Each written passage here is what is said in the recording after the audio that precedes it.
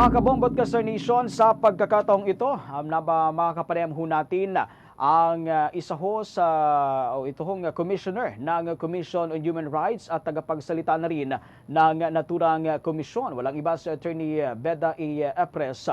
At tatalakayin natin ngayong umagang ito. Ito hong nabanggit ni PNP Chief Nicolas Torre III. Paramihan ho kasi ng aresto itong utos niya sa kanyang mga kapulisan. Magandang umaga po, Commissioner. Welcome po sa ating programa. Good morning po, sir. Good morning din po sa inyo mga tagapakinig. Commissioner, unang-una pong katanungan ko, ano po ang inyong pangunahing concern dito ho sa paramihan na huli policy nitong bagong talagang hepe ng pambansang pulisya na si PNP Chief Nicolas Torre III? Commissioner. Opo. Bali po, nung nabalitaan nga po namin ito, nung nabanggit niya ito doon sa kanyang parang inauguration speech po ata ito or nagpa-press conference din po siya, kami po ay medyo nabahala doon sa statement na yon. Lalong-lalo na wala pa po kaagad nakasunod na guidelines kung paano ang implementasyon nitong paramihan ng huli. Ang sa amin po kasi, hindi dapat maging sukatan yung paramihan ng huli na para sa performance ng ating mga kapulisan or maging basihan ng kanilang mga promotion. Sa amin po kasi baka po maging prone po ito sa abuse, lalong-lalo na kung sa ngayon ay wala pang malinaw na guidelines paano ang implementation nito. Baka po kasi although nabanggit niya po doon sa kanyang press conference na dapat yung ating mga kapulisan once merong hinuli, dapat madala po kaagad ito sa prosecution, dapat merong sapat na ebidensya na kayang tumayo at kayang lumaban hanggang sa husgado. Pero ang sa amin po, maglabas po sana ng malinaw na guidelines kasi kung ang maging sukatan lang po ay numero, baka po maging prone sa abuse yung ganun pong klaseng polisiya. Commissioner, doon po sa naging press conference nitong si PNP Chief Nicolas Torre III, pinangako niya na aarestuin lamang nga itong may mga arrest warrant ng mga individual at walang mangyayaring patayan na hindi katulad noong nakalipas na administrasyon kung saan ito nga ay ginawang kumbaga ilan sa mga kapulisan ang talaga namang sinamantala itong paramihan ng mga pinapatay noong panahon ng dating administrasyong Duterte para ho sa kanilang itong pagpapakita ng kanilang performance. Ano po ang take ninyo sa pahayag na ito ni PNP Chief na wala namang mangyayaring ganon, sa halip ay aarestuhin lamang ito?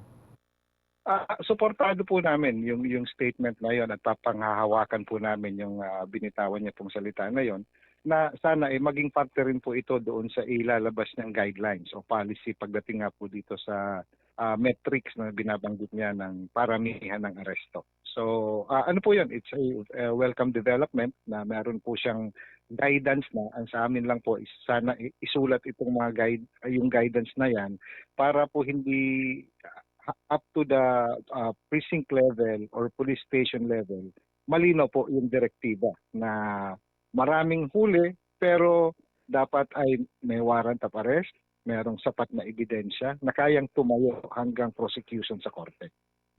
Commissioner, may katanungan rin ang aking kapartner dito, si Bombo Ever. Bombo Ever, go ahead.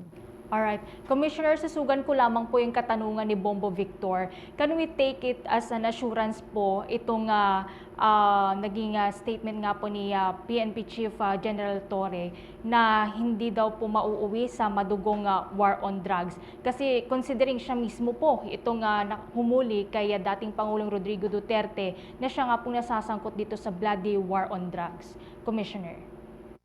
Opo, tulad nga po nung nabanggit ko kanina, panghahawakan po namin yon at susuportahan po namin yung ganong klaseng pahayag. Kasi yun naman po talaga yung nararapat. Sabi nga po natin, wala pong extrajudicial killings. Sana po hindi na natin marinig yung salitang nanlaban. Sana po ay tuloy-tuloy na yung reforma dito po sa PNP na yung mga aresto ay merong sapat na ebidensya at ang kasunod po ng aresto is pagpa-file ng nararapat na mga reklamo sa korte. Sa ngayon po, Commissioner, meron din pong mga datos na inilalabas coming from the Philippine National Police sa ilan pong mga anti-crime group. Pero tila nagbabanggaan po, hindi po tugma yung kanila pong mga datos sa pag-issue po ng pagtaas po ng krimen sa ating bansa. Ano naman po yung masasabi po ng data po ninyo sa Commission on Human Rights, Commissioner?